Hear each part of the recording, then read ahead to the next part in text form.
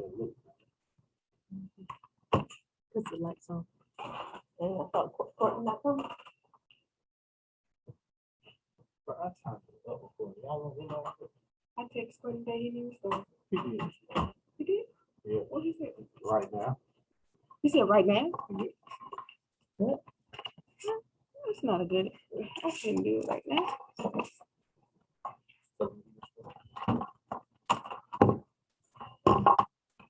What you doing? For what I'm doing? Yeah. Checking the. Isn't it? You know you got the shirt on. Right. Is that what you doing? What are you doing? How on me about my shit? You ain't doing shit right. He going in, he grabbed the fucking light. What are you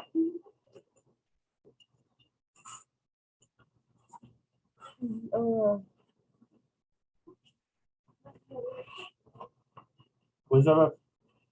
All right, wrong shirt on? Can you, what you call it, SVs? No, boomerang us? Or get a big of us for the stores? I never shoot.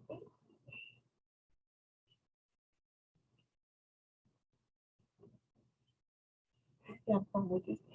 What are you trying to do? Like, it's gonna change. Look at all who addressed today. It's all his fault. People can read you recently. I hate you for a good time to get better.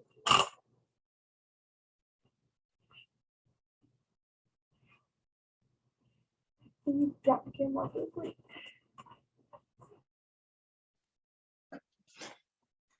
Hey guys.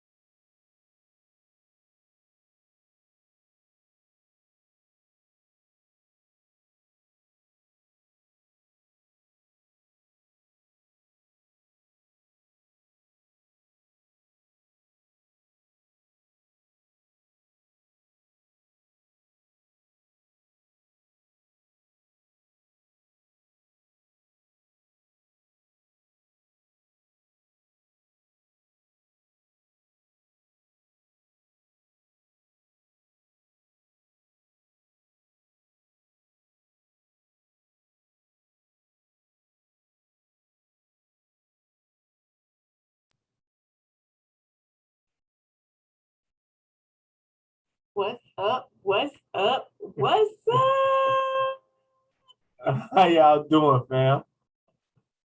Yo, what's good? Good. Nothing much, nothing much. I sent it to, who did you ask? Devontae, yeah, he got it. Jennifer. I sent it to Jennifer.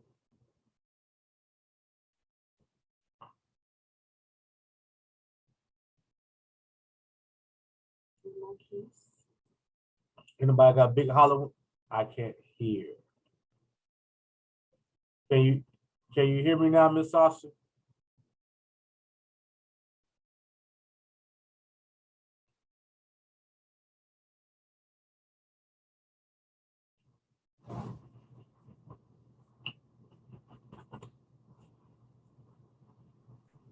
Hey y'all.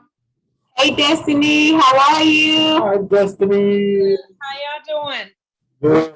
We're even better because we hear your voice. Yay. I probably should turn my camera on so we can see each other. Your fierce leader is making it a mandate round. Okay. I want to talk to the names. I want to talk to faces. Your peers leader. Understand. Don't hit me.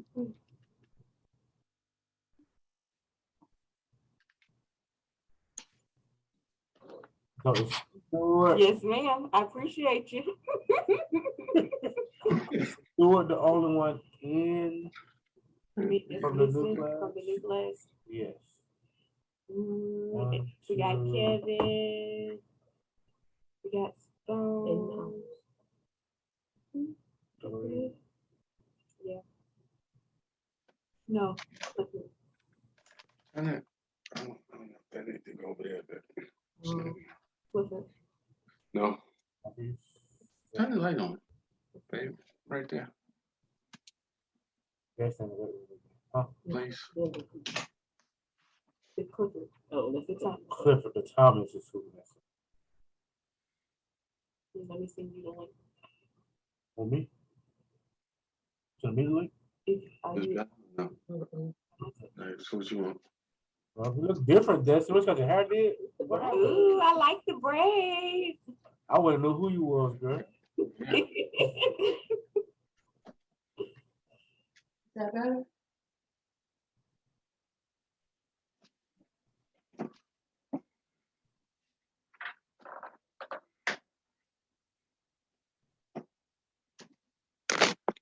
Who was really hopping on that? Like, let's do it again. I kind of want to do. Okay. So we're not wasting a lot of time. I Sounds follow good. your lead You sure? today. Today. Lee sent the question too. Did I tell you? He sent it via email or he sent it via text message? He sent it via text message. Yeah. He sent it via email.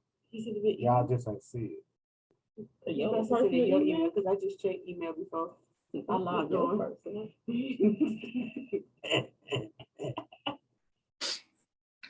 Monte's on. He sent it a text message to me. I can't see it. Right. I thought he said something else. Chris coming in. All right.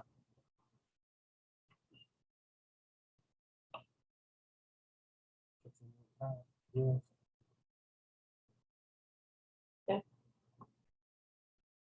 Yes, perfect.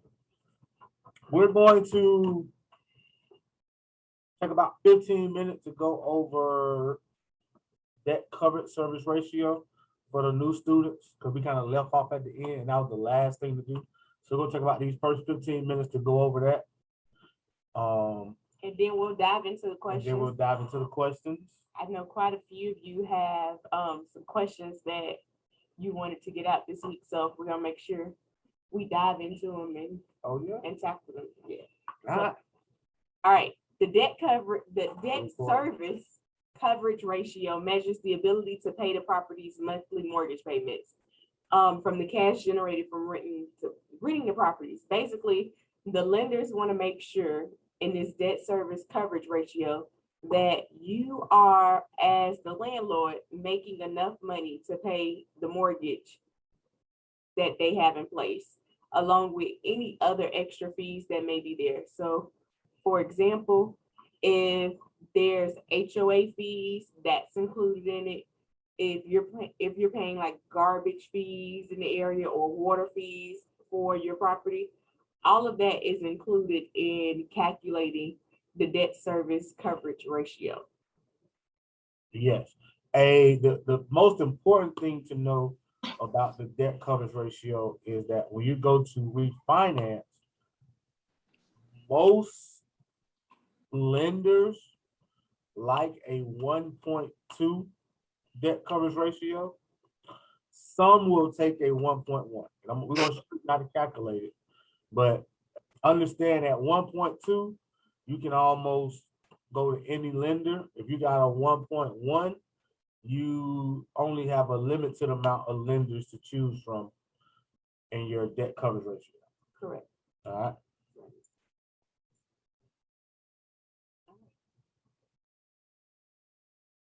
It's all about cash flow.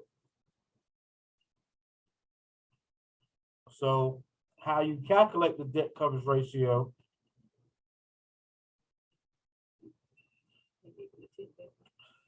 is you're going to take the monthly net operating income and divide it by the mortgage payment. So basically, you're going to take the rent and divide it by the monthly payment, unless you got other things to add. But expenses. the not the rent. expenses part. You're gonna Well, take the expense. Yeah. You read, it's income, not bad, you did.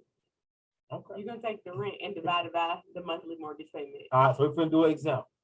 Now, keep in mind, this is for after you've rented the property and you are refinancing on the property. They're going to make sure that you can cover your mortgage payment mainly. If there's anything else that lingers, they throw that in there too sometimes. Absolutely. So this is when you're executing the BRRRR strategy. So if you're in other locations, this works as well. As long as you get a minimum $250 per month in cash flow or a 1.2 debt service coverage ratio. So that's the number we're looking for, a 1.2 or higher debt service coverage ratio. When you get up into higher price homes, sometimes you get a 1-to-1. But ideally, when you're doing this strategy, you want to make sure you're at least making $250 cash flow, or you have a 1.2 debt coverage service ratio. All right. So we're gonna do this example. The rent for this property is $2,000. And the mortgage payment is $1,500. So walk them through it again, Tony, and tell them what Okay. you just did. So what I did was I put $2,000 in the calculator, which is the rent, and I divided it by $1,500, which is the mortgage payment. And what I got was a 1.333. So to a lender, this is basically a 1.3 debt coverage ratio. They really don't do all those decimals and all that, but it's basically a 1.3 debt coverage ratio. Any questions about that example right there?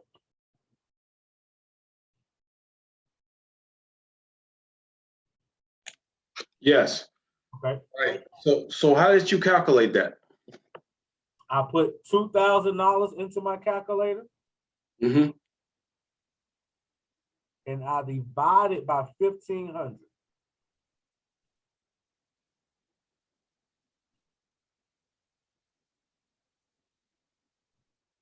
And that got me 1.33 with my threes running on. 1.33. Gotcha. Did you get it? Yep. All right.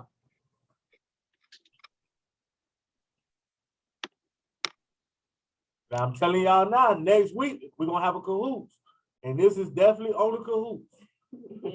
Destiny laughing because she knows it's on the cahoots. So you gotta understand it, you gotta know how to calculate it. Gotta know how to get to it. All right. Any questions about it before we go to the next example? Or we already there look like? All right. Next example. So, yes, okay, so I want you guys to do this on your own, but put the answer in the chat once you come up with it.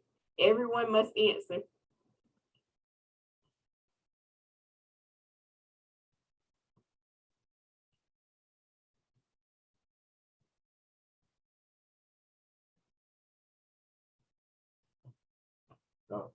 Don't be trying to wait on somebody else to answer. Because they may be wrong and you may be right. It has happened.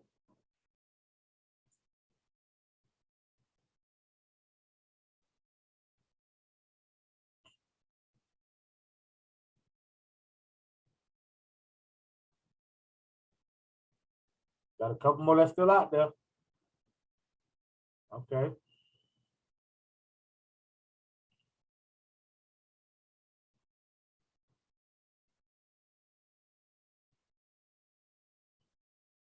Was everybody? All right, correct. 1.25 is the answer. Next question. Is this a bad or good debt coverage ratio?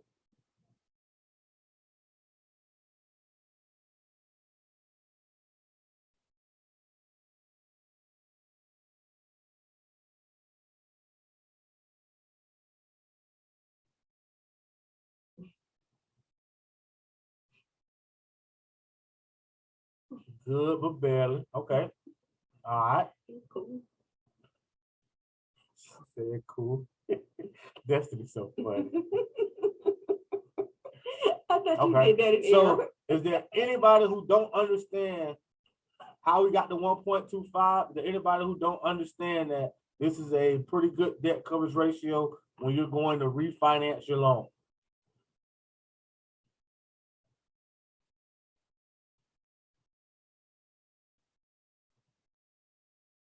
Okay.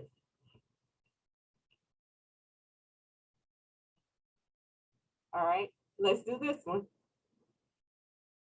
Rent is 3,000, mortgage payment is 2,600. What is the debt service coverage ratio?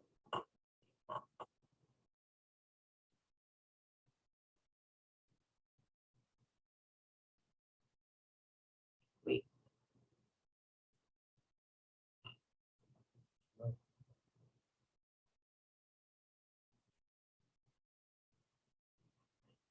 My calculator went to the-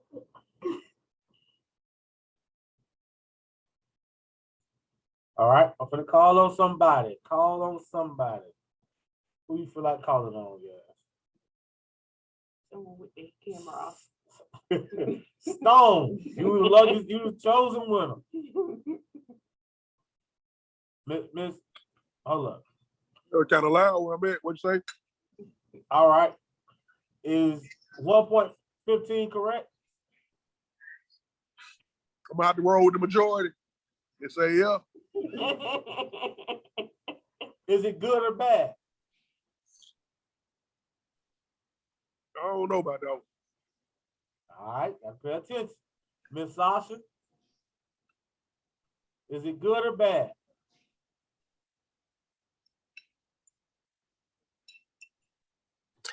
It's good. I'm sorry. I completely got lost. I couldn't find the doggone Zoom. I was like, jeez.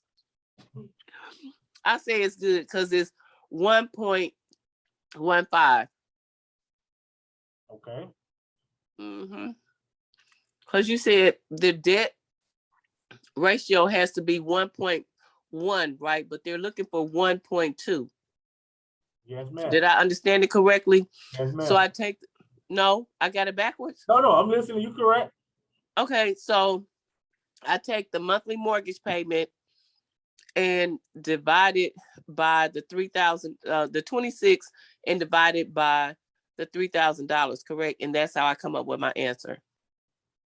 Divide the 3,000 by the 26, and you're Okay, correct. so I got it backwards. Okay. Yes.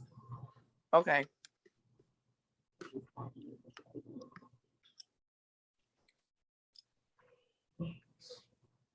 Oh, Mr. Kevin. Oh, you next level. I see you, Kevin. I see you.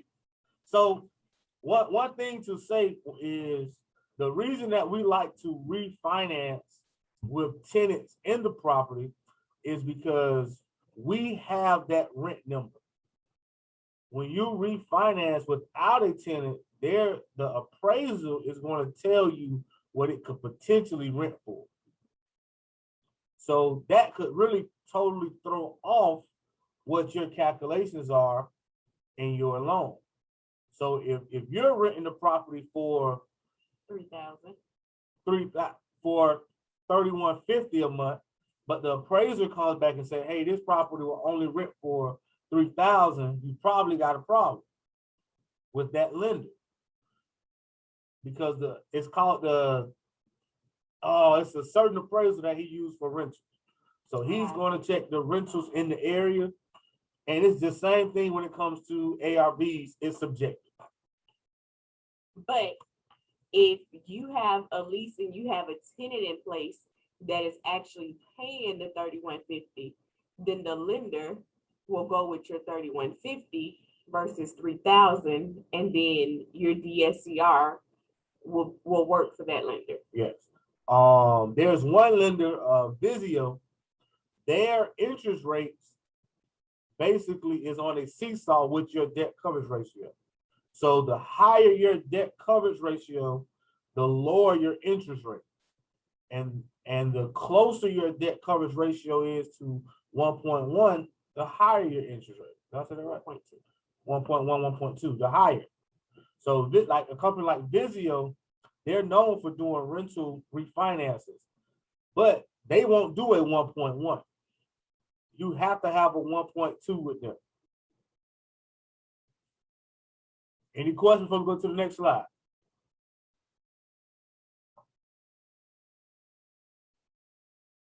That's how we go. All right. Hey, Antonio, Yes, sir. this is Marquise Something got a question. Yes, sir. So in this case, like you saying, Visio won't do a 1.1, but this property is making $400 a month. They don't take that into consideration. Nope. They don't. They just care about the ratio. They care about the ratio. And what the ratio does, it allows them to compare apples to apples, oranges to oranges. Mm-hmm. So they're not looking at how much cash flow you're making. It's a formula that they got. How they came up with it, I don't know. I just followed that all of them use. And this is kind of why I say in the beginning, either you're going to have a 1.2 debt coverage ratio, or you're going to try and at least make $250 a month. If you get lower than 250, more than likely, your debt coverage ratio is going to probably be out of line if you refinance. Mm-hmm. So 1.2, that's going to make it even to say, okay, let's say I had two properties I was renting, and it's this high-end property versus a lower-end property. I just won't look at the cash flow. I would look at the debt coverage ratio to say, okay, this could potentially be a better return than that. Gotcha. That makes sense. Thank you. Oh, no problem. Good question, though.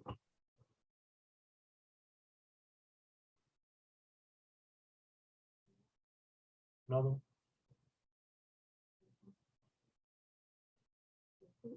Oh, that was it. That was quick. So keep in mind, this will be on the Cahoots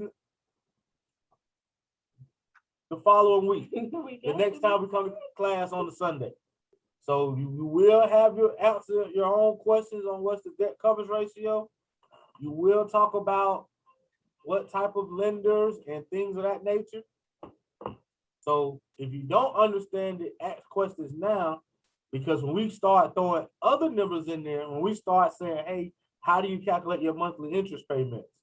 How do you calculate ARV? You got to understand each one of these, and that's why it's hard to miss a class, because if you miss a class, they all build on each other for real. So if we go to throwing ARV is this, debt coverage ratio is this, what's your interest payments? Is it 65 or 75%? So a lot of numbers gonna start getting thrown around. So you got to really understand it from the ground up. All right. I got a question. Yes, sir. All right, so does this change as the prices of the houses? Like if the prices get higher, like does it change? Like for instance, like we can talk in this range of what is this, 2K? What if the houses like go up in price range? Does it change? It's only counting rent, mortgage payment. So the value don't matter. Now it matters when you're trying to refinance at your 75 or 80%. That matters. But as far as if it's a $200,000 or $300,000 house, that does not affect the debt coverage ratio.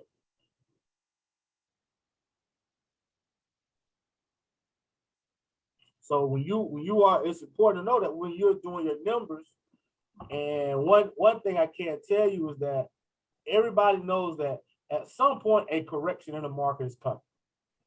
Everybody knows that. I don't think it's a secret. Now, when it happened, nobody knows whether it's next year, 2 years from now, nobody knows. But the safest way to invest in real estate when you don't know kind of what it's going to be in the near future is to invest for cash flow. Do not invest for equity. And what I mean is whatever you buy, make sure that you can refinance on it in cash flow. And if it goes bad, you always can have a rental property until it gets back right. The people that buy properties for equity are the people that get stuck in a correction because they were expecting one thing, but now the value has dropped to something different overnight a lot of times. So don't be afraid to buy, even if the market is cooling down and a correction is coming. Just be aware that I can't buy this property if it doesn't cash flow at the end of the day. That's what's going to save you from foreclosures and losing properties is being able to get out of them by cash flowing the property and by renting the property. All right, so basically what we're discussing right now, it wouldn't work out in like Cali. Yeah, they gonna do the same calculations in Cali.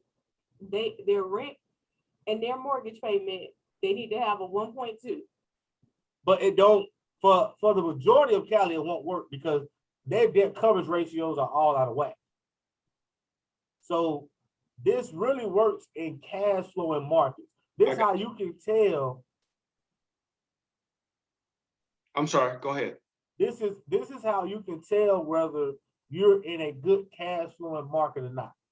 Birmingham is a good cash flowing market. Parts of Detroit are good cash flow markets. California is not a good cash flow market. Parts of Florida are not good cash flow markets.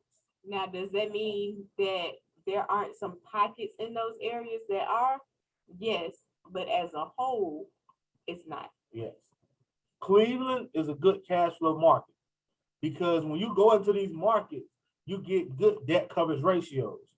This is why Centerpoint was such a hot area because the debt coverage ratios were usually 1.4, 1.5 out there. That's why all the investors were out there and some are still out there because you can get good debt coverage ratios. So that's the back end of why certain people like certain areas. You got a question, Lee? No, 10-4, I got you. Kevin put, so I wasn't sure if the 1.2 was based on PITI or just principal and interest. All three. Your principal, it's going to be, because when you do a 30-year refinance, they're going to make you pay your principal, your interest, and your taxes all in one. So that's going to be one payment, just like if you was buying a regular home. And that's with a 30-year loan. Now, and this is important because when we were talking about bridge loan doesn't care about the debt coverage ratio. So that's not even a factor in the bridge loan. All they're looking at is the value. So that's why sometimes you might have to do a bridge loan because your debt coverage ratio don't meet what you need to meet at that time. To refinance.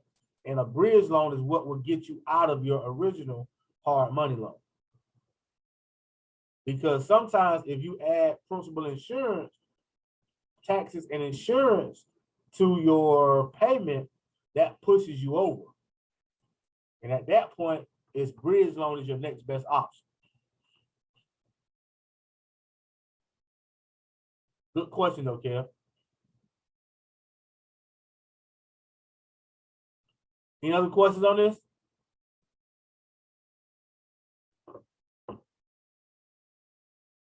I'm gonna go to Lee's No question more? first. All right, we're finna go to questions now. All right.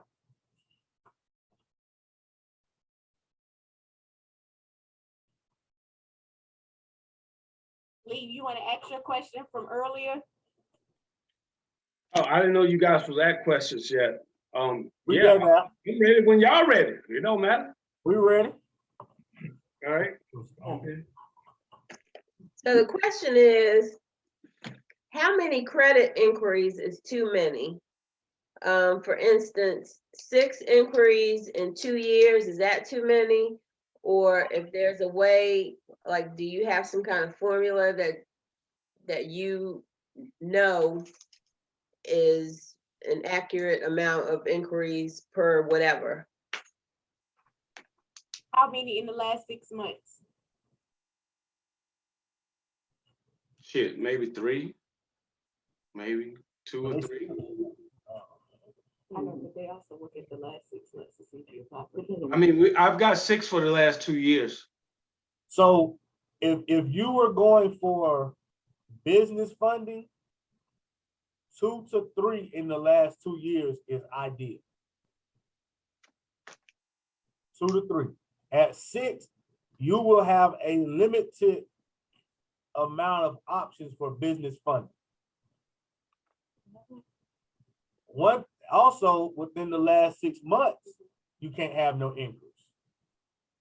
Within the last 6 months?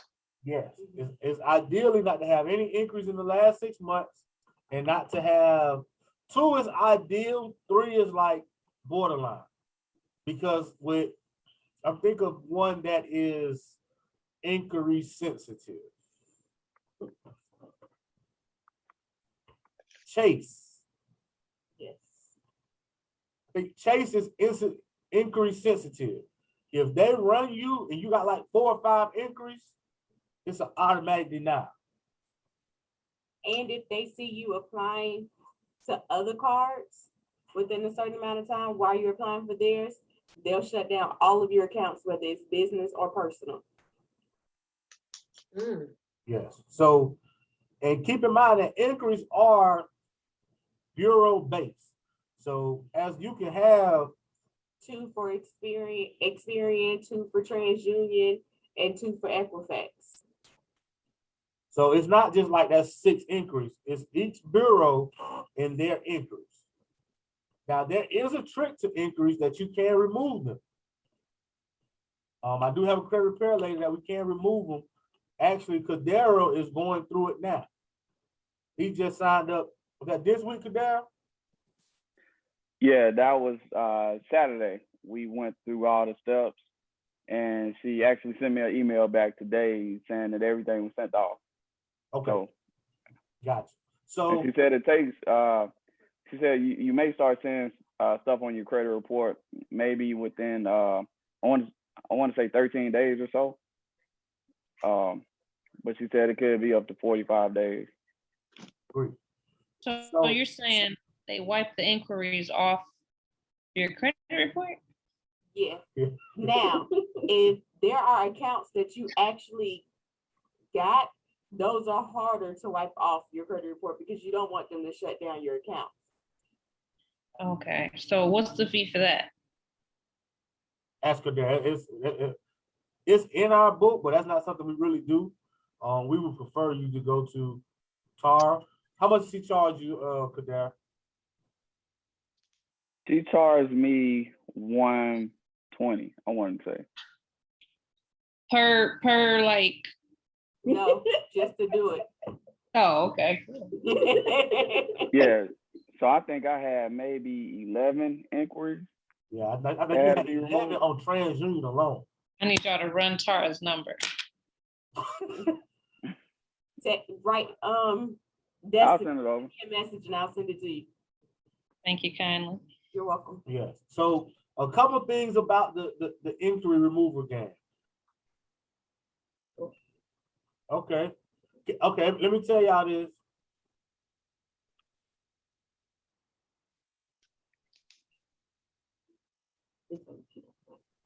Get it right, man. No, somebody answer. No, So, y'all, I guess let me kind of tell y'all a little background so you kind of understand. Stewart and Stone are both a part of my other mentorship where I learned all this credit stuff. So they will chime in when we talking about credit and stuff like that. They're in the same mentorship that I'm in. So Thank you, Kadir. with the inquiry thing, you don't want to remove accounts that's tied to an active account on your report, because that can potentially shut down the account. Now, have people removed them before? Yes. But is it recommended? No. So the key to it is you want to apply for business funding before you do personal if your credit is right. When you do personal, the inquiries they don't matter as much. It's more so when you do business funding.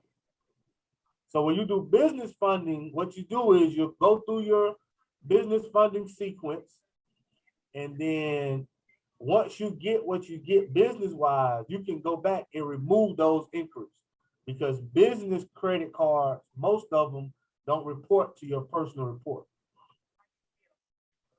So that's how, if you see people say, hey, I got a whole lot of funding in business, it's because they went through, they got what they're gonna get, they wiped out some inquiries, then they came back and went through again.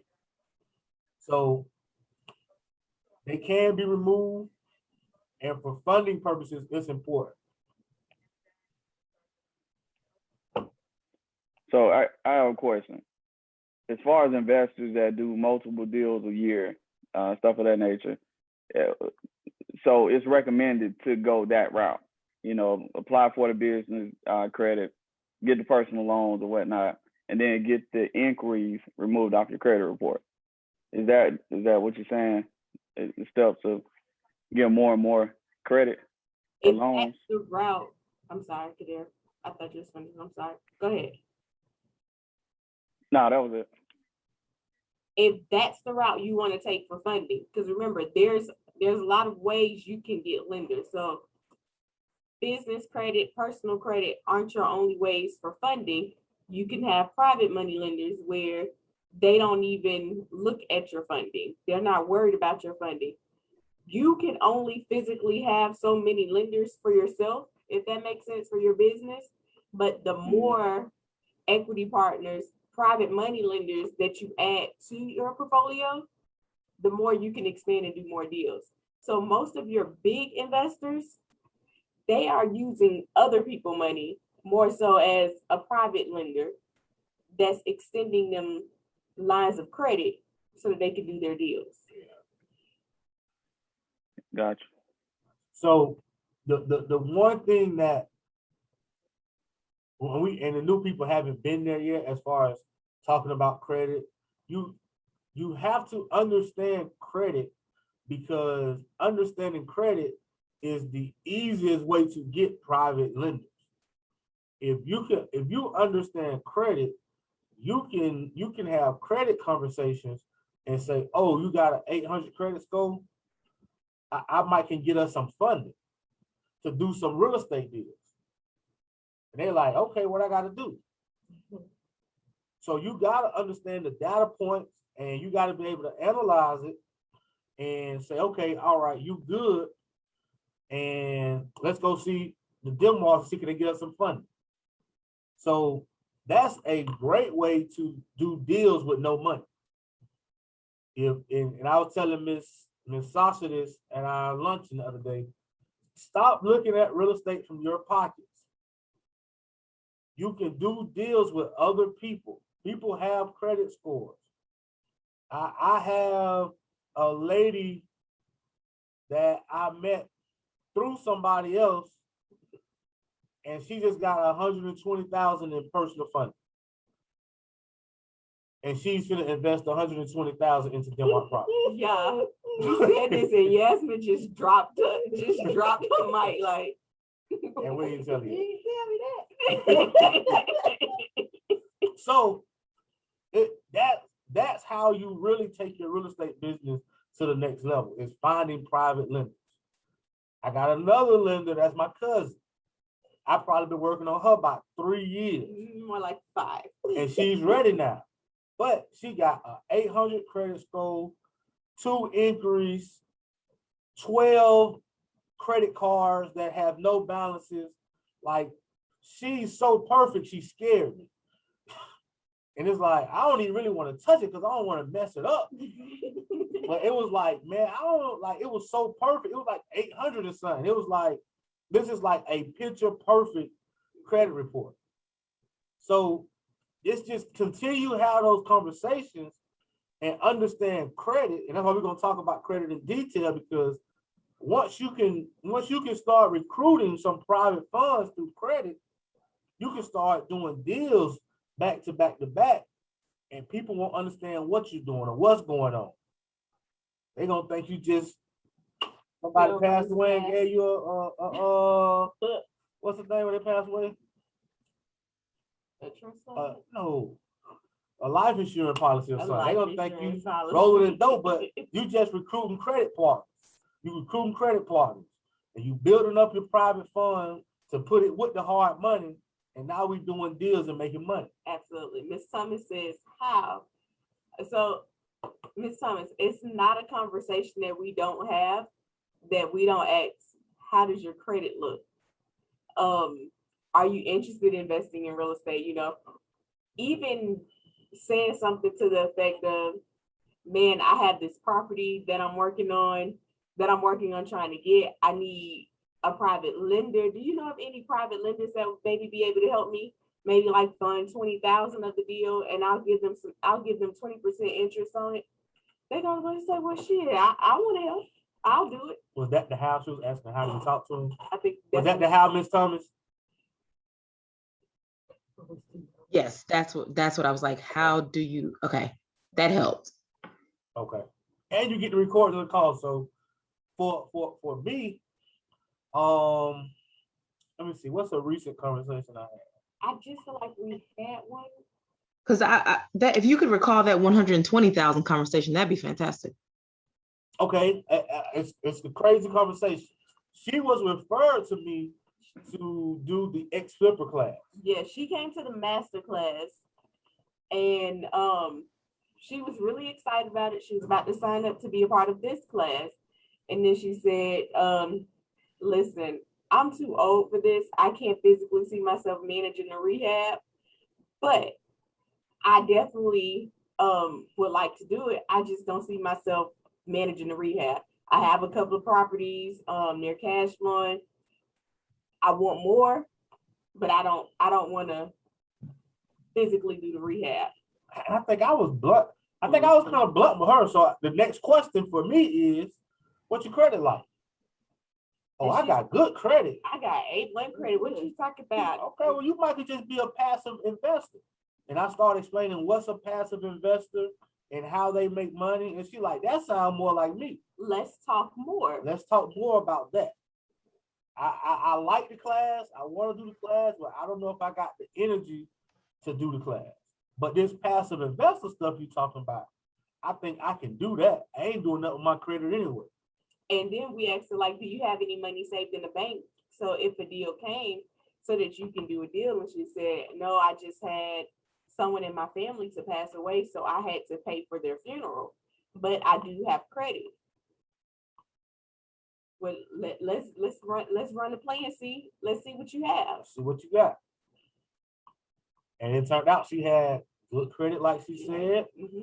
She didn't have, the one thing about it, she didn't have a lot of accounts for business funding. She had like 7 accounts. So in order to go for business funding, ideally you want 10 to 12 accounts. So what we did for her was we actually did personal funding first to get her accounts up. And then we're going to get her a credit card so that she has probably about 12 accounts. And then in 6 months, we're going back for funding for business funding. And she'll probably turn around and get another 150,000 in business funding. Through you all creating an LLC for her? She actually already has an LLC. Okay. Now, why she got an LLC? I don't know. Because she has rental She has the properties. Yeah, she has rental properties, yeah. Right. Good job, good job. So them are the conversations. Those are the conversations that that take you from working a 9 to 5 to being out on your own. I'm just being honest with you. Even your coworkers, man, have them conversations.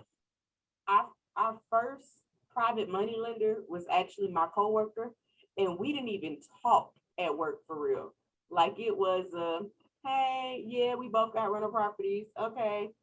But it wasn't until I got laid off that we actually talked a little more, and she said, God told me to invest in your business, so come up with this plan because I don't know what to do. I said, well, let me call Tonio. Yeah.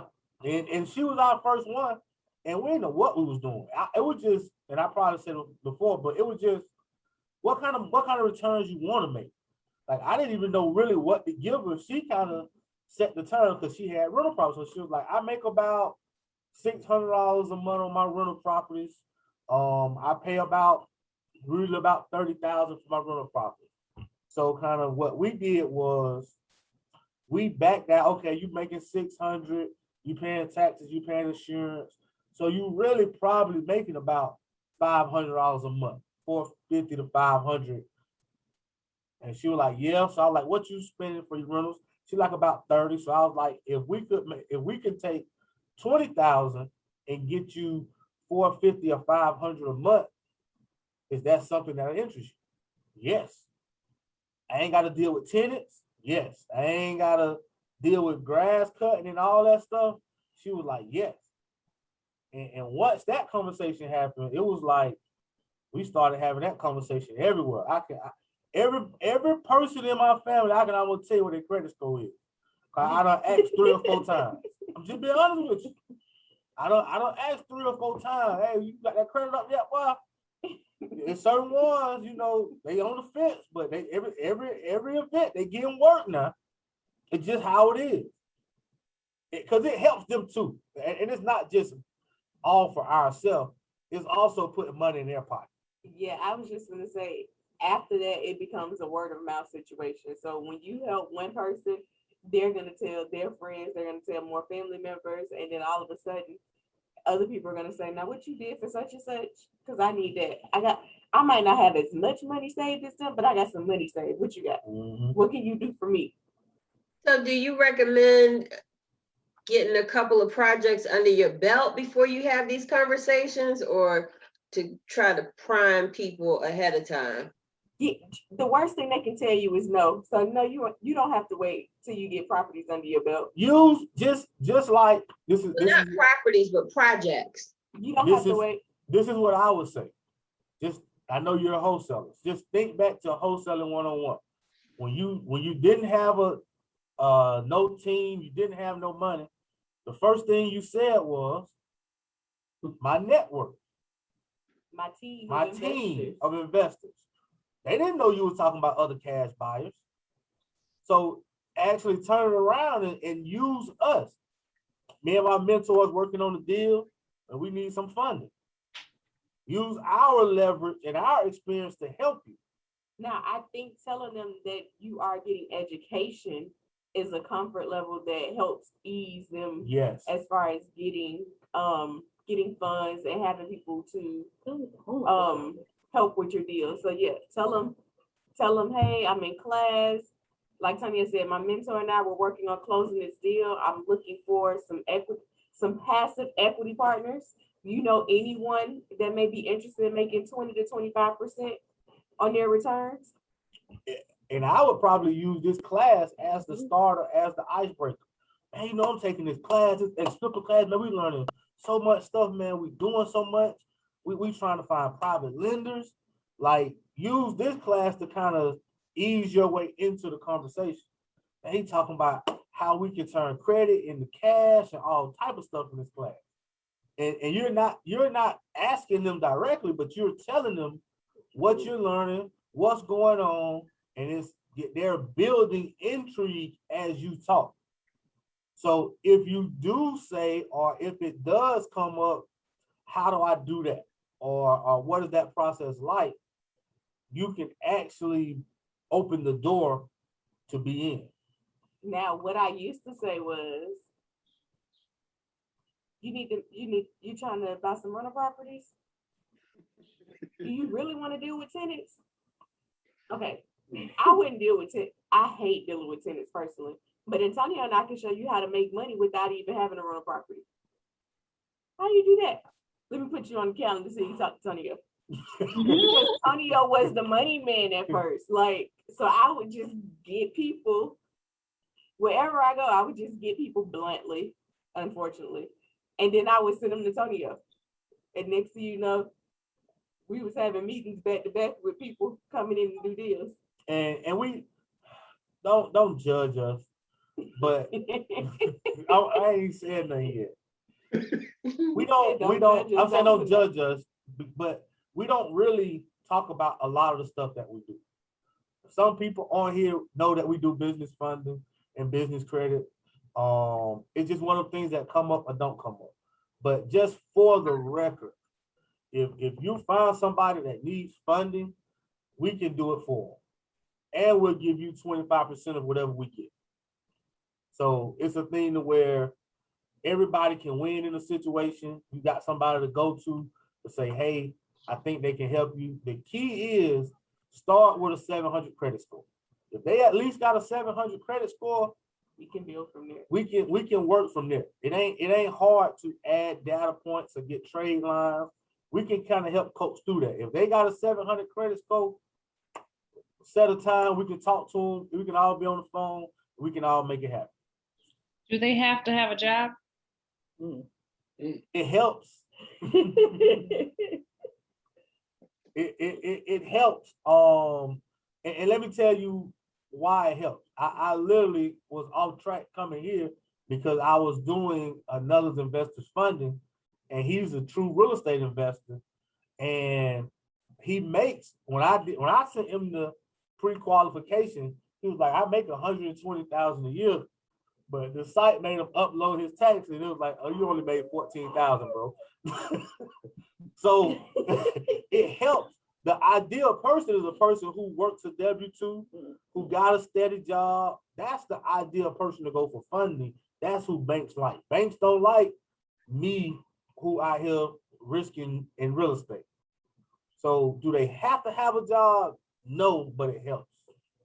But I retired folks with the, the investments and the 401ks and the IRAs and stuff like that. Yes or no? Yes. If they're retired, more than likely they got some type of steady income. So that's kind of replacing the W-2. Okay. Well, can I? Okay. Okay. All right, Is so- it bad if I'm thinking of my grandma? Because That's the first person. I'm working my grandma too. My cousin's just first though. I'm thinking of my grandma like, Grandma, let That's me talk tough. to you. Look, Coach, Yeah. your grandma better than mine. Yeah. My grandma was scared. But we had that But conversation but though. we talk about We it close. every We day. close. We was really close one time. We was close. Like she ran her credit and all with the mortgage broker. Ooh, so Yeah. close. Yeah, we was close, but that's where you start at first. I mean, wherever you start, you start. All right. Nobody's Okay. off limits around here. Nobody's off limits. Nobody ain't off limits. Hey, nobody is off. I'm just being honest with you. And when you translate for somebody who's working a job, when you can translate, hey, if I get one person with good credit and they get $60,000 in business funding, that can probably translate in about 3 deals at one time. I don't need that 9 to 5 once I hit a couple of those. Once I hit 2 or 3 of them, they're going to keep reinvesting with you because you're making them money too. Now you done made more money on 2 or 3 deals than you do a full year working 9 to 5. Well, I can say this. Y'all ebook, that thing right. Thank you for reading. Y'all reading it. I can see y'all taking your time. I miss this. Yeah, everybody on our team's credit scores went up just by credit building. I'm not gonna lie to you. Everything you guys said, and Ashley, last week I asked you about their line account. I was like, I applied, then I had to submit they was like, we need some more info. And I submitted that, never heard nothing back from you. You was like, yo, just follow up. So I called them, and turned out they was like, oh, nobody never got to it yet. They was like, well, because you called, we're gonna push it up to the queue, right? Up in the front of the queue. And then I just got an email before I got on the call. I'm in there. You know what I'm saying? So what I'm trying to see now is what's next, son. You know what I mean? But understand this. This class is about real estate, but it's also about credit. You have to understand credit to expedite your learning curve and get business funding from your partners. So it's two things that we're going to stress and we're going to keep talking about. Credit and real estate. Credit and real estate. They go hand in hand if you're trying to scale your business and make more money. Destiny, you should have access to it through Thinkific. It should be a part of the ebook bundle.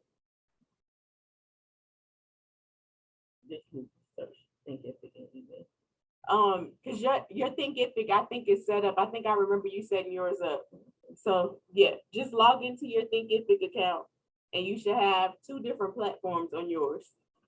So Miss Thomas, I just read your message. You didn't have the right answers because we haven't really talked about business credit and personal credit in detail yet. So you will have more answers, but I will always say, if they have a 700 credit score and you want to talk, book a call, let me know, hey, I got somebody that's interested in business funding, and we can talk, and you can really throw it on me and say, hey, he kind of expert in it. Let's let him answer some of these questions. Yeah, I started with what you guys were talking about the other week about just letting everybody know. So I've started having these conversations, and most people are like, oh, okay, like proud of you guys. But this person started asking questions and was like, so you're investors, so you're those that are doing your gap funds, how quickly, what is the percentage of this? And how quickly? I was like, oh, I need the Denmarks. I was like, I came home and told BJ, I was like, so I'm doing my homework. But then he started asking me all these questions and I was saying things, but I wasn't so sure. He asked how quickly they could get the money back. And I said, well, they're teaching us. I said, but from what I can remember the other week, I would think it would be within 12 months. He's like, Bingo. Really? Bingo. Really? So all of our, just to give you a quick synopsis, we ain't there. All of our loans are 12-month loans. But most of the time we try to pay them back in 4 to 6 months. But we do 12-month loans just in case you need the time. Just in case COVID hit and things shut down. Mm-hmm. So and it's easier to understand when you do a 12-month loan. They understand that, okay, this is my amortization rate, this is my potential return every month, and it's easier to calculate. So yeah, he was correct in the 12-month loan. Any other questions? That was a good. You took us, Miss Ingrid. Y'all took us somewhere, but thank y'all. We didn't mean to get you off track, but but this is what this is for, though. This is Wednesday. There is no lane. This is what you need. That seemed like that's what a couple of y'all needed to get over the hump. That's what we need. So, any other credit questions, or you got another question? I think it was Mr. Thomas. All right, so now that I've been approved for the line account, right? So do I now? Okay, hold on. Do I now go to those 6 websites all at one time and start applying for the cards, or do I need to remove those? You're not ready yet for business funding. You talked about adding more data points to your score. Yeah. We need to add data points first before you go through. So after you get those inquiries removed, we need to make some data points added, and we can do it with the no inquiry video so that you don't have any new inquiries to come up. Now, don't get personal funding and business funding mixed up. I think you can do personal funding. You're supposed to do some personal funding. But business funding, I know you're not strong enough to do. Does that make sense? I got you. 10-4. Okay, so DJ's question was, I ran across the property and I wanted your thoughts on. There's an offer, but it wasn't accepted yet because of the time frame too close. How can I go about getting hard money to grab this property? The property address is 504 Street, Charles Avenue.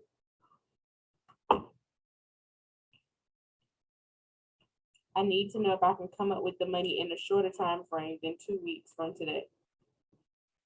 All right, so if you're going through hard money, and it's your first time, closing in 2 weeks is absolutely difficult. In fact, I've never seen it done if it's your first time because of all the paperwork and information that they ask you for. So like you need your LLC in order, you need a copy of your EIN and paper, you need a copy of your operating agreement, you need a letter of good standing from the state of Alabama, you need to show your last month of bank statements. You need to have money in that bank account to make sure that's good. What am I missing? You may need your tax returns depending on what lender you go with. Yes. Anything else that I'm missing? For the most part, that And was then it. you have to wait for the appraisal to appraise the property and then to come out of underwriting. So typically when it's your first time gathering the documents, that's usually about a 3 to 4 week process. From start to finish. But once your information is already there, then you can usually Then do you it 2 got a weeks. chance to do a 2-week loan. Once your information is in, you have a chance to do a 2-week loan.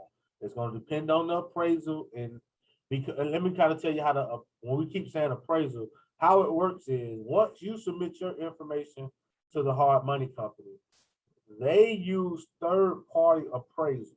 So they're going to put in a request to an appraisal company, and somebody has to agree to do your appraisal For that amount. for the amount that they requested. Sometimes the appraisals are booked up and nobody grabs it right away. It might take a day or two for them to say, I do it in 2 or 3 days. So that's why it's hard to do it in 2 weeks. And once they do it in 2 to 3 days, it may take them 2 days to actually get all their information on paper, submit it, and then it has to be reviewed Yes. by someone within that third party before it's sent back to the hard money company. And then once that happens, now it's just like 3-4 days they can close once they have the appraisal. But a lot of times it's the appraisal that makes it a 2-week window.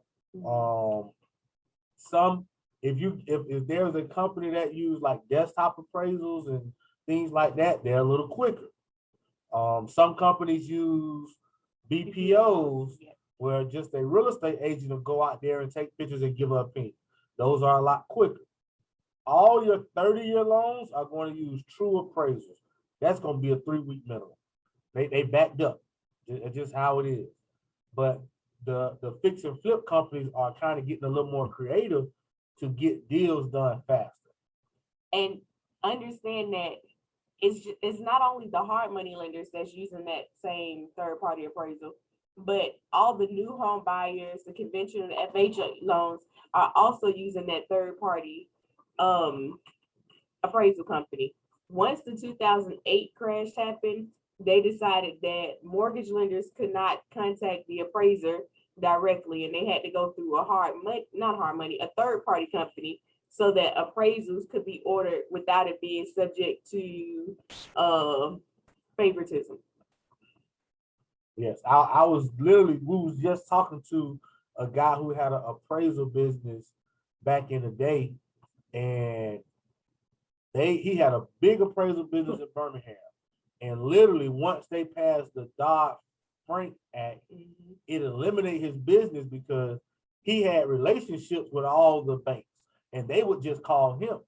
So because of the Dodd-Frank Act, they couldn't call him. They had to go to a third-party lender, and the third-party lender just spread out his accounts throughout Birmingham. So overnight, he lost the appraisal business because he couldn't use his relationships he had from the past. Yeah. So just like Tonio said, instead of 5 banks calling him, it's 20 other appraisers out there. So everybody's getting it. And it's a possibility that, heck, if it was only 5 of them, he didn't get it during that rotation. So he had to wait. But that's what happened with a lot of appraisals. And that was their way to make sure another crash doesn't happen, is by taking that favoritism and taking it out of the equation and having a third party person where they have an auditor in place that also audits to make sure that information is correct. Because it was happening now. Don't get it twisted now. Them appraisals and them mortgage brokers was in each other's pockets, and them appraisals was jacking them numbers up, and they was making it work. So it's a reason they did.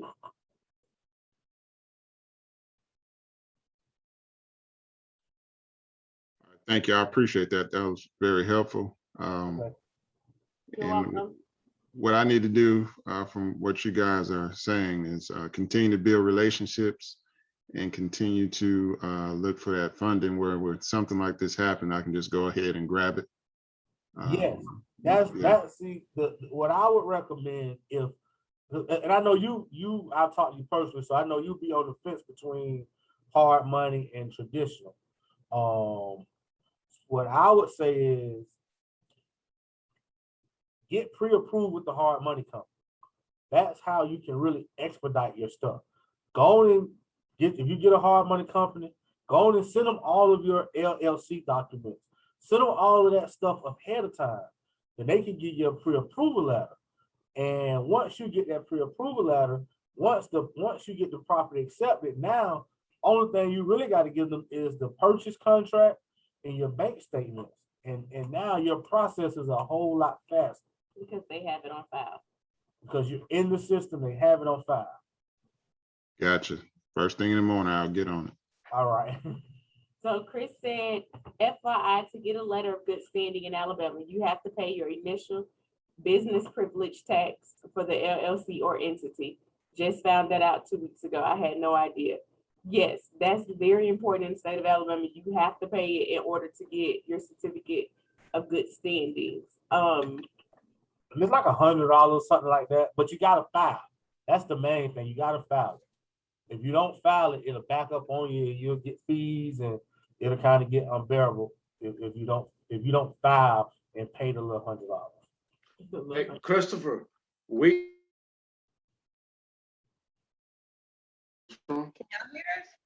No, it broke up. Say It broke up, again. Lee. Hello? Go, Lee. We ain't hear you, Lee. We can hear you now.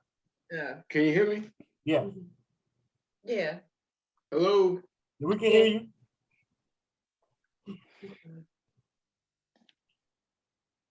Hello? We can hear you. Can you hear us? Yeah.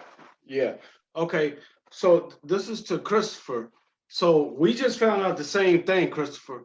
We're in the process of trying to get a loan, and we had no idea that there was something that was called a business privilege tax. You know, we was like, okay, so we paid our taxes to Alabama, right?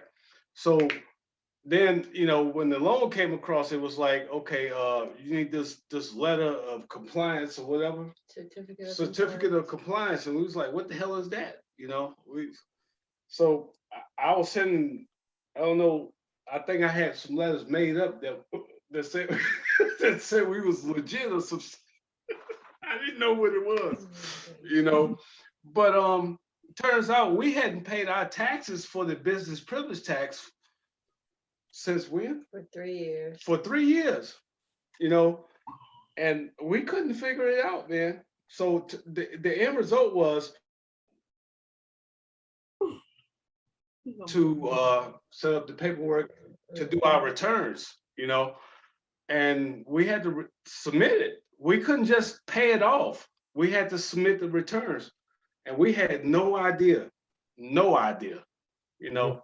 So, So the point is, Christopher, you're not the only one. Ingrid, what you cut me off like that for?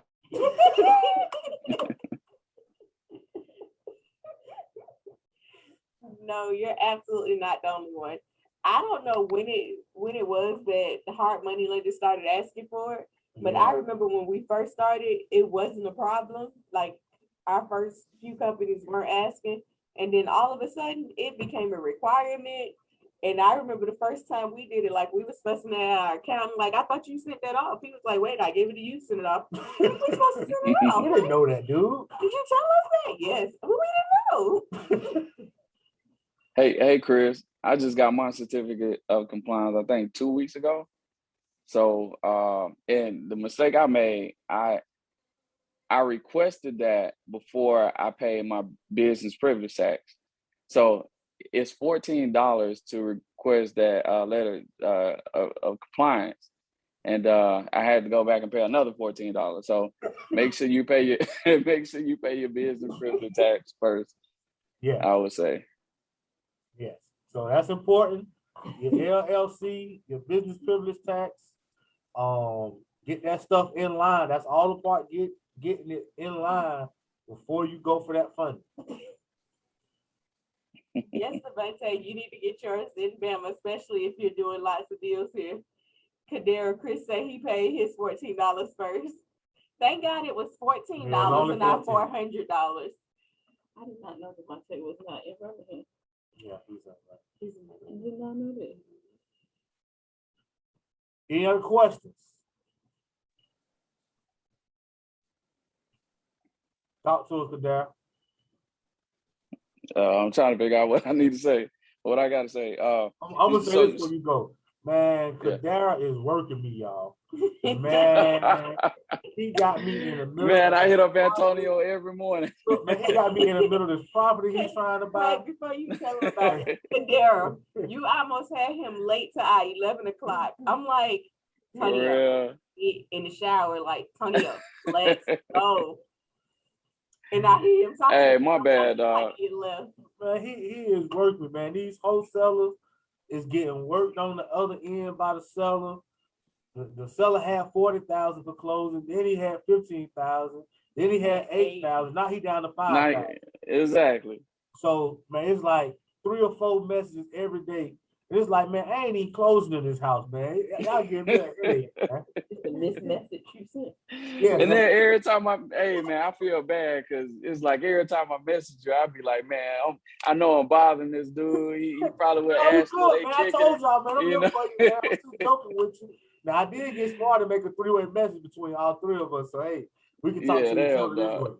way. Yeah, but you know, as far as with that seller, man, I don't understand his mindset. You know, he says he can't afford to pay the mortgage, but I mean, if you just make the deal simple, you know, the mortgage or you know your loan will be paid off. So, you know, I really just don't understand that. You know, so I'm hoping we can still.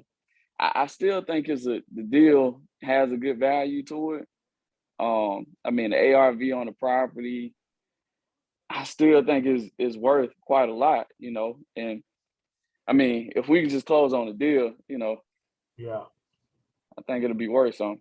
I got you. I ain't moving sidetrack. What you want to say, man? I just have to say that real quick, make everybody laugh. No, that was well, I mean, as far Have as you got updated numbers on the rehab on it yet? no, I haven't. Okay. I mean, I'm still kind of sticking with that 120 number. Okay. You know, We got to adjust it. I think I had it at 132. So we'll have to adjust it to 120 then. yeah, it should be somewhere around there. I don't think it's gonna be anything less than that. Detail, Kadera, man. You got to get into them numbers, man. You gotta line Hey, them down. I'm learning, man. And the thing about it, man, today on my property, I got some bathroom vents that I put in each bathroom, right? And my HVAC guy, I called him back up. I was like, hey, my electrician installed the bathroom vents. And I wanted to know if you can come and run the duct work, you know, outside the house, right? Man, he was like, well, I might have to get another permit on it. I'm gonna have to charge you $1,000. I said, $1,000?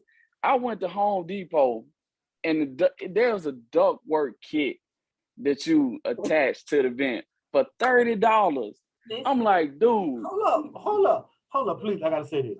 Ain't this the same AC guy you was bragging about on the last call? I was. Pay for what you get, man. I'm telling you, man. Oh man. A contract. You dealing with a contract. It's crazy, man. Hey, these contractors a trip. I'm trying to figure it out, man. My electrician killing, he had me held up a month and a half.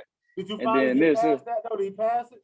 yeah, he passed Okay. inspection and everything, and finally got past it. Now we gonna install the drywall tomorrow. But Okay. I gotta get the ductwork ran first, for the ventilation. Okay. But I mean, it's going slow. It's a learning process, and I'm glad, I'm kind of using my own money on this. But they trying to kill me, man. Once they put contractors will make you or break you in real estate investing, and they will. Yes. I'm saying that. Well, at least Kadero know everything about a rehab.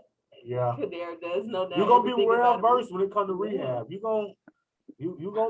getting a good education.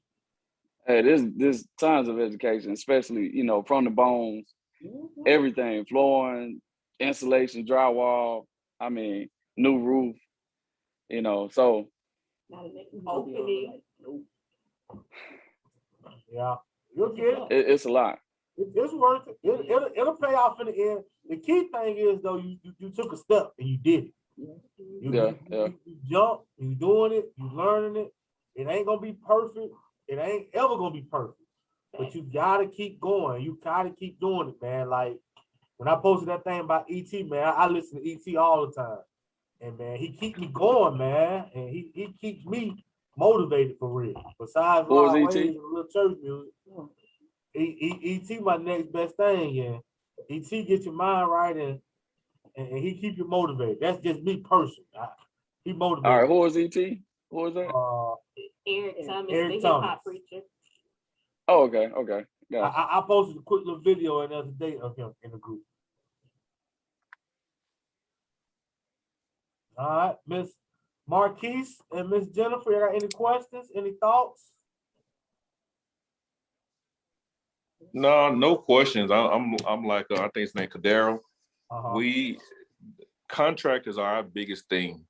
Like we got a rental that we trying to get going now, and just trying to get contractors to come out and give you quotes and follow up and come through and promise and not just be outrageous. I feel you paying. Contractors are our biggest thing right now. Yes. I agree. Contractors they're tough. You kind of got to start dealing with the ones that have been referred by someone else first, because they'll usually come without asking for money to give you that quote. Because a lot of them will say, well, I charge $150, and if you use me, then we can deduct it off of it, but I'm just not coming out there for free. So if you go based on referrals, typically they won't charge you, but if they don't know you, then they will charge you, and they're probably gonna hit you with a retail price. So a lot of times you got to tell them, hey, I'm an investor. Now here's my budget for it. Like I find telling them up front, this is what I have budget for it. And if they can meet it, they can meet it. If they can't, they say, all right, it's good. That's cool. I'm gonna meet with a couple more contractors. And if none of them can get close, I'll give you a call back and see if we can do anything. But as of right now, I can't afford that budget because it's not in my budget to do this project. Contractors have to see the benefit that you aren't retail and that you're going to give them consistent work versus a pop here and a pop there. So once they see that you're consistent with it and that you're consistently providing work for them, then they get less greedy when it comes to a little less greedy. I ain't gonna say a whole lot. Some of them. I mean, they're not charging you retail. Yeah, you ain't getting retail. They'll bring it down a little bit. if you talk that talk with them and let them know it's kind of what your budget is. It's good to have. It's good to have a quote to put it against. Hey, I got this quote from somebody else. Kadera has already used that kind of strategy and saved a couple $1,000s. So good. That helps a lot when it comes to contractors. But you just gotta keep looking for them. You gotta keep searching for them, and Drop in the group what they're looking for. So yeah, if you're looking for certain things, kind of put it in the group on Facebook, and we can kind of give you a couple of them. You still gotta do your own due diligence on them. So don't just trust anything we put in the group, me included. So because the way they act for us will be completely different sometimes than the way they act for you. So we don't put our name behind any of them. Yeah. I'm gonna call him and introduce myself. Like, hey, my name is Marquise Denmark. I need you to. Look, I'm gonna tell you. What know they gonna say? Ah, shit, you with them cheap people. You know what time it is. Hey, Antonio, I ain't even gonna lie, man. Glenn say that all the time. I'm like, dude, hey. Hey, look. Oh, man. Glenn know what time it is. What he constantly does is he constantly calls every week for work. Yeah. So although he talked that good talk to Glenn does that to everybody. Yeah. Although he talked that good talk, he understands that when his guys need work, you know who to call. Yeah. I got something going on. I got something somewhere that his guys can do to keep them going. So and he knows Antonio pay him on Friday. Yeah. Oh yeah. So I mean, how are they gonna say shit? You with them all? It's already known you're gonna be cheap. You with them all. So hey, I hold money from Glenn. He was like, man, you acting just like Antonio. I was like, yeah, that's who taught me. Good job. Great job. Great job. You Great job. have to. Yeah. All right. What's on here? Let me talk to you. Stone busy. Chris, I ain't heard from you in a minute, Chris. Chris been writing. Chris working? Chris, what might you share? I need to see y'all face. Y'all playing games with me. Yeah, any more questions? What you doing, man? I need to see faces. I need to know you engaged. Oh shit.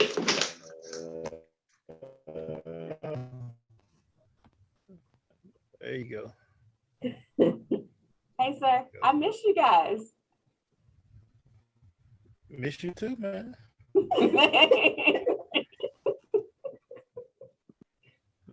Now, I've been slacking a little bit. That's why I had to bother your sister today. That's why you want to show your face. You was hoping you was gonna slide by tonight. That's what it is. Mm-hmm. Y'all ain't been making no offers, huh?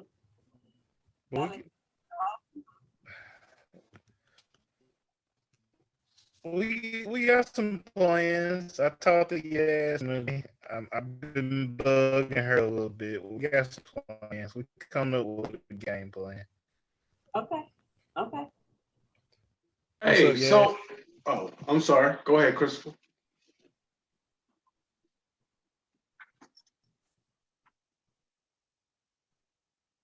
We're trying to get that hot seat. Go on and go, Lee.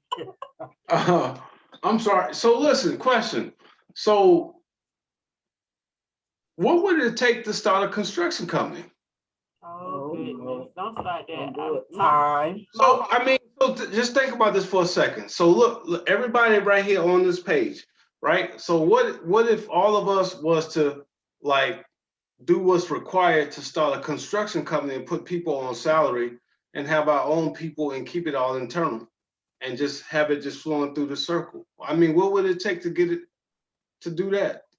You know, I mean, the licenses and stuff like that. Because what I'm hearing is that, like, so far the biggest challenges to doing all these deals is like contractors and the rehabs, right? So what if you start a construction company and just hire employees to do it?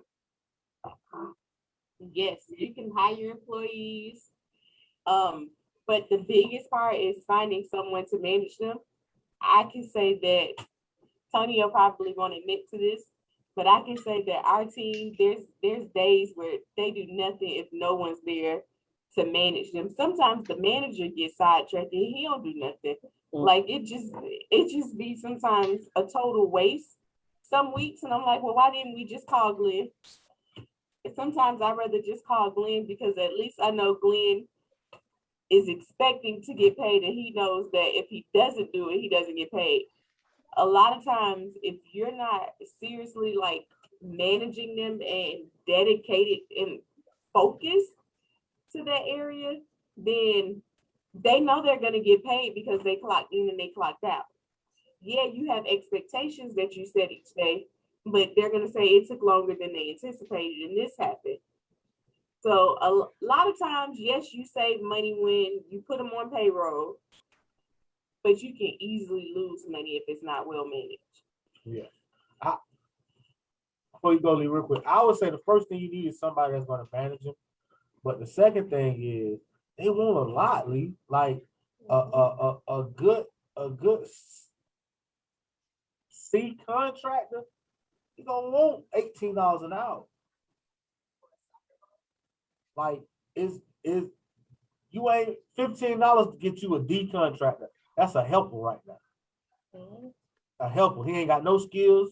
He can just go get this, go get that. Hey, mix that mud for $15. That's really what you get. Okay. So how does a person like Matthew Gregory, how does he do it? There's got to be a way, and it's just like, to me, it's like, if, all right, instead of going out and finding like contractors or whatever, what if you are the contractor, right? And then you have a company where you just have like employees that do this type of work, employees that do this type of work, employees that do this type of work, or whatever, right? But everybody's underneath you, and you control the whole situation, and you don't have to go outside to get it. So We've been working on that for a minute. Yeah, you gotta manage. I can't tell you I got the answer for that yet. I ain't gonna lie to you, I got it. I can tell you when I talked to Matthew, what Matthew said. Matthew said there are some days they don't do work. He treats his contractors as family. Matthew also he does bigger scale projects. So his returns from a dollar standpoint are usually a lot heftier because he's doing flips. But Matthew also has 15 crews. 15 crews. How does he do that? I'm trying to find one crew. Yeah. Let me find one first. You know what I'm saying? I just need two people. Because Matthew has 15 crews. Spartan has about 30 crews. Like, a lot of your good contractors are already signed to non-compete against them. Unless you create your own. But that's what I'm saying. We have our to build own. them up. I tried some young boys. This shit didn't work. For real. But I tried some young boys, man. I was paying them solid. Man, they just came one day and like, man, this ain't for me. I ain't coming back. Like one by one, like, all right, he gonna quit today. The next person quit on Friday. The next person don't show up on Monday.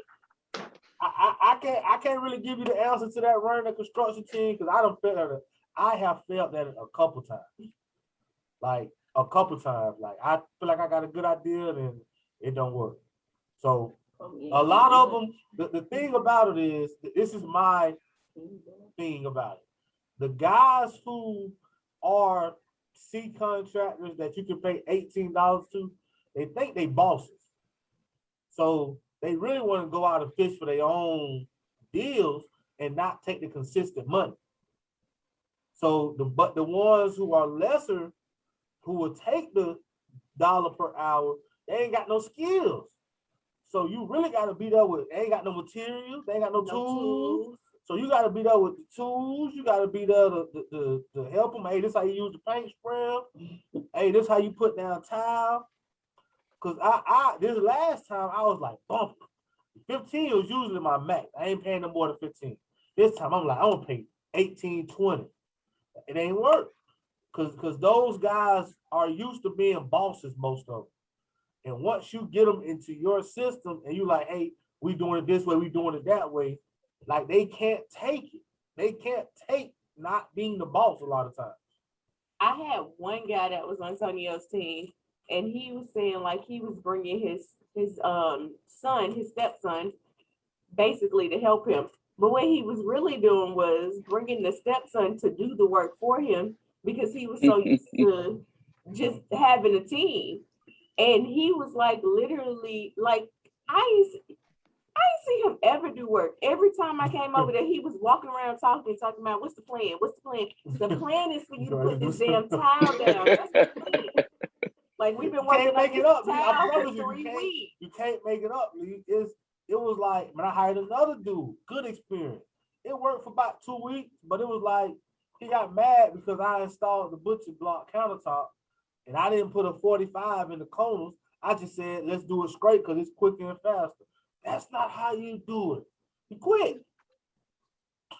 Then I had one that was not clocking in, that act like he was clocking in, and he thought I was gonna pay him for clocking in. And I'm like, but you ain't clock in. Well, I called Tonio, he knew I was there. Well, my staff don't know that you clocked in. You didn't, there's nothing wrong with your phone to not clock in. So that was a debate. And then he was like, well, I went and picked up some material on my own. You're not supposed to. There's a plan for that. We have a project manager that picks up any materials that you need. So why wasn't he contacted? He gave me receipts and gave me a receipt from Walmart that had a baby doll on it. I'm not paying that shit. I'm like if for us 2 or 3 projects, I got enough subs to make that work. But if I get 4 or 5 projects, it get bad. It get bad at 4 or 5 projects. It get bad. So I mean, I like the point that he brought up, and that was my whole concept from the beginning, hiring like a crew and having them, running the crew. But it's like, how does Matthew do it? Does he have like his whole specialty crew, like plumbers, electrician, mechanical guys, Yeah. or does he outsource that? And he has like a group of framers and stuff, people that Yes. does like the flooring, all that type of stuff. So mainly he has carpenters. Like, and he kind of the specialty stuff he kind of sub out for it. But Gotcha. most of it is carpenters on his team. Guys that's painters, floors, those type of guys. And like plumbing and electrical, like he's like he'll say, I send one group to this house while my plumber and my electrical at this house. And then I kind of flop them, and then I send my contractors here, and my plumbers and my electrical guys go over here. So like he don't have full crews to where he got plumbers, electricals, HVAC, and all that. But he has mainly carpenters that work for him. Gotcha. So if I was looking for these people, what would I look? I even put in a bid on Angie's List. That's how I found my plumber. Where do I go? Craigslist? Is it bad? Oh, and believe it or not, Glenn came from Angie's List. Yeah. Oh yeah. Oh. But it's expensive to build Angie's List, so he got off of it. But Angie's List isn't bad. Just know that you're gonna have to do a lot of convincing to get him to work with you. You might have to pay a retail price the first time to show him, hey, this is what I want to do. But Home Depot, Lowe's, Harbor Freight, Floor and Decor, like all those places where them contractors be, like the best ones to me, 2, no more than 3 that's working together. They ain't got no big wrap truck. They in a regular truck. They ain't, them wraps gonna get you. Wraps cost. Don't do that. So it's 2 arm or 3 arm working together. And they ain't big time yet. They just trying to find some work. And I've even like, what was this? Last year, December, Tony was like, all right, I'm gonna start the crew back up. So he offered a lot of the 3-man crews, he offered them a job to work under him. And it's something about a guy in their pride. Like they were literally struggling, two of them, 2 of the crews, and they decided to not take consistent work. They would rather struggle and possibly lose their team than versus taking consistent work, because having to work up under someone was just not something they were trying to do. Stick on the side of your car, look for contractors. Looking for contractors. Yeah. And if I lead to answer your question, if I really put my time to it, I believe I can make it successful. But I'm gonna be honest with you, in my business and how we're set up, contractors are probably the 4th or 5th most important thing in my business. You know, there's a guy back up north, man. One of my buddies, man. He has a pretty successful hardwood floor company, and he was having the same. You know, he was telling me he was having the same struggles when he first got started. So this guy, man, he took it upon himself to go learn Spanish, right? And he found like 1 or 2 guys and just paid them real good, right? Taught them his way and how he wanted things to be done. And from that, he was able to build all these crews by just putting 2 or 3 people in place and made sure that their families and everything was legit to the point where they wasn't questioning about money or anything. He just took care of them, you know. So he put them in place, but because of that, he was able to build all these crews, you know. And he's got like maybe, I don't know, like 3 Latino guys that's just running like, I don't know, like 10 or 12 crews now, you know. All because he took upon himself to go learn Spanish and taught one exactly how he wanted things to be done. And then they taught everybody else. But he made sure the people that he chose, he paid them good to the point where they couldn't complain. And, you know, it costed money to I guess, to I don't know, to start that branch, but you know, it worked for him. That's one thing Matthew said too, is he paid his guys good. Yeah.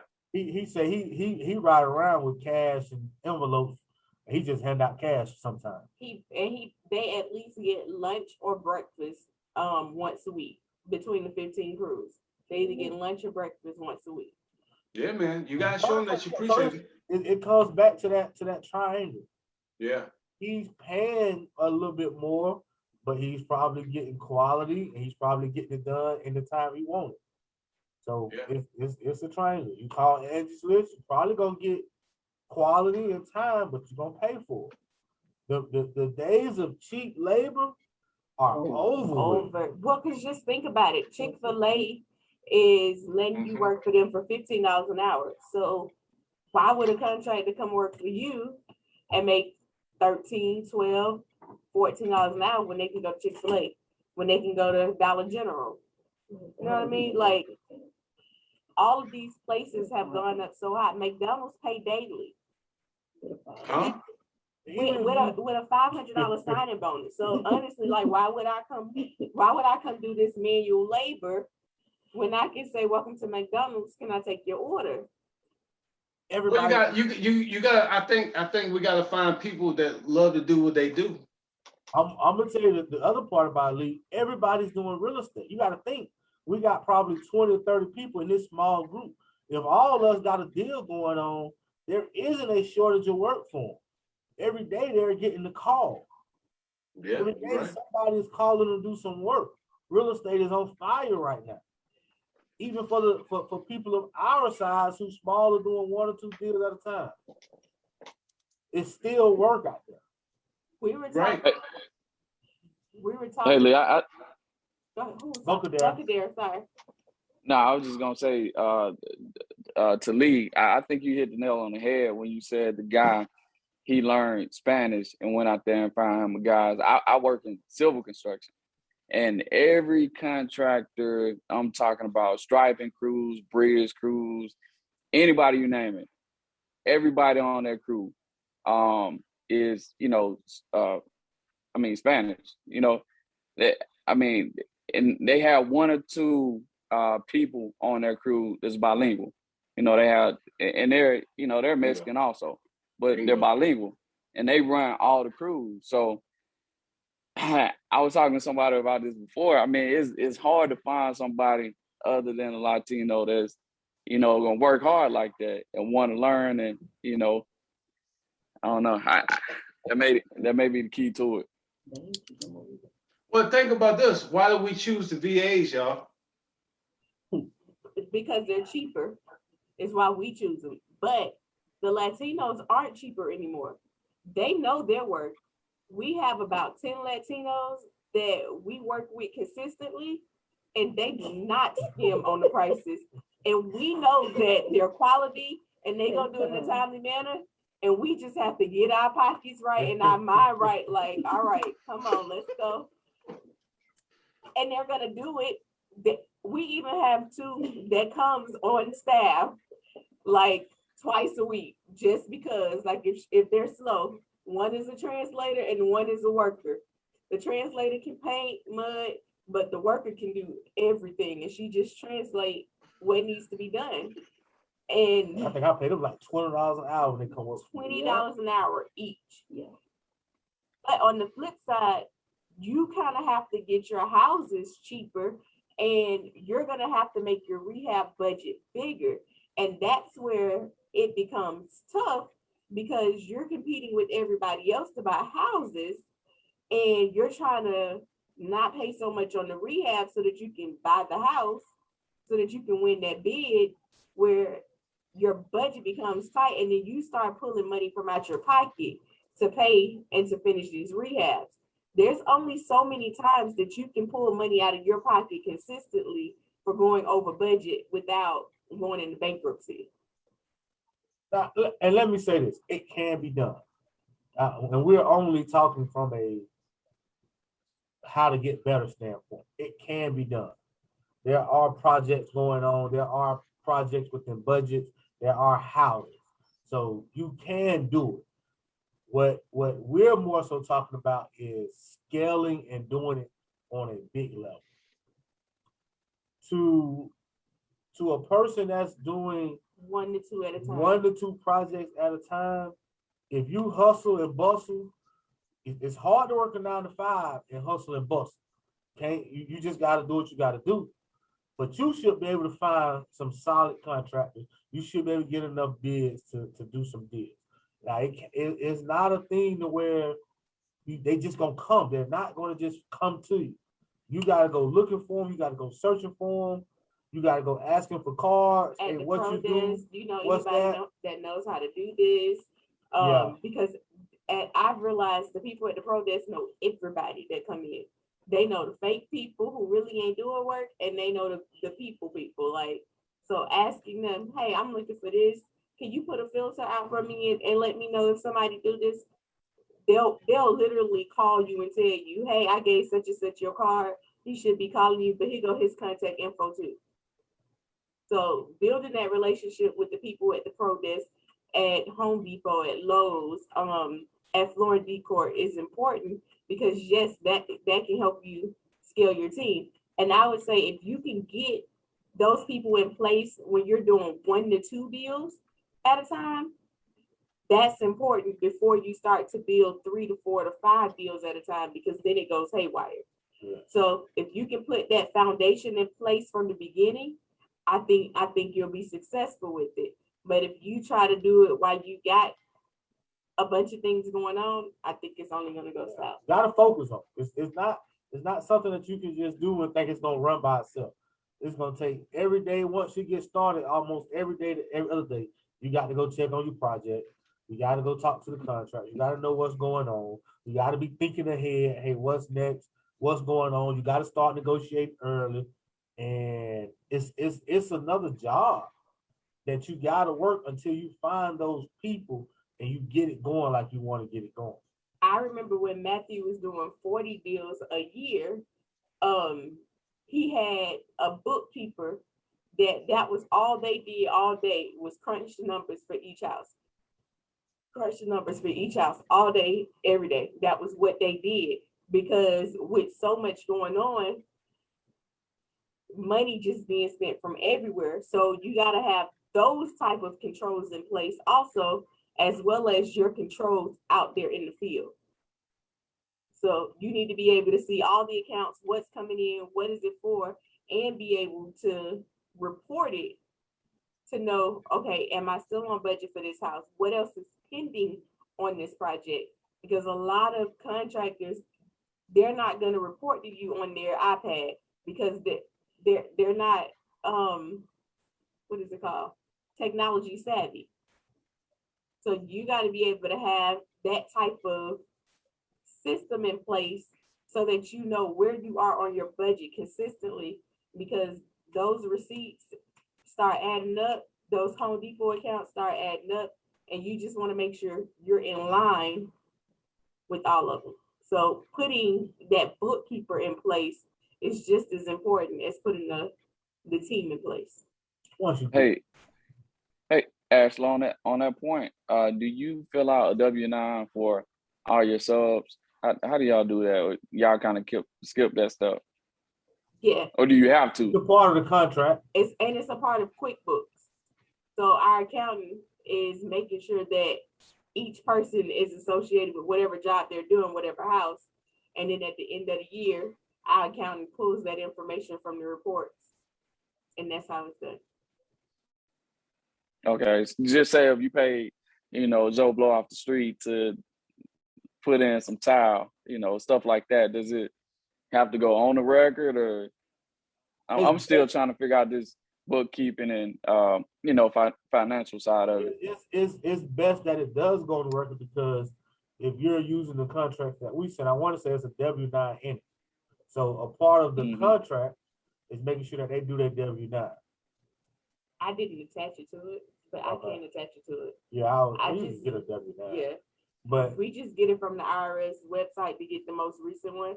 But we just keep them in the office so that whenever there's a new contractor, they fill out a W-9. They always have to bring in their invoice, and we have a file in the office and a file on Google Drive for the contracts, and we have an email address specifically for all invoices and contracts. Okay. Get pay by check, Kadera, and get your contracts, because those look $500-600 here, $1,000 there. You'll be done spent $20,000, and you ain't gonna be able to deduct that from your tax. So now it looked like you made $60,000 instead of $40,000. So you want to make sure you're deducting as much as possible, so you can have control over what it looked like you make. Yeah, I always pay with checks. I just, wanted to make sure it wouldn't come back on me if I didn't submit a W-9. It won't come back on you. That's just that's your loss for real. That's your loss. So you're saying I can't write that off if I don't do a W-9? Yeah, can you write it off? Yes, but will you have the right documentation if you get audited? No. Gotcha. But can you do it? Yes. All right. 10 o'clock. We still available. Y'all can drop your questions in the group tomorrow if you got more questions. I think that from the vote for the new class, I think they decided to take Halloween off. And our next class will be Wednesday. Correct? Correct. All right. Next class is Wednesday. and then we'll pick up Sunday. We gotta send y'all some surveys too. We done started slacking on our surveys. So we'll pick that up. All right. So Cool. any last minute questions?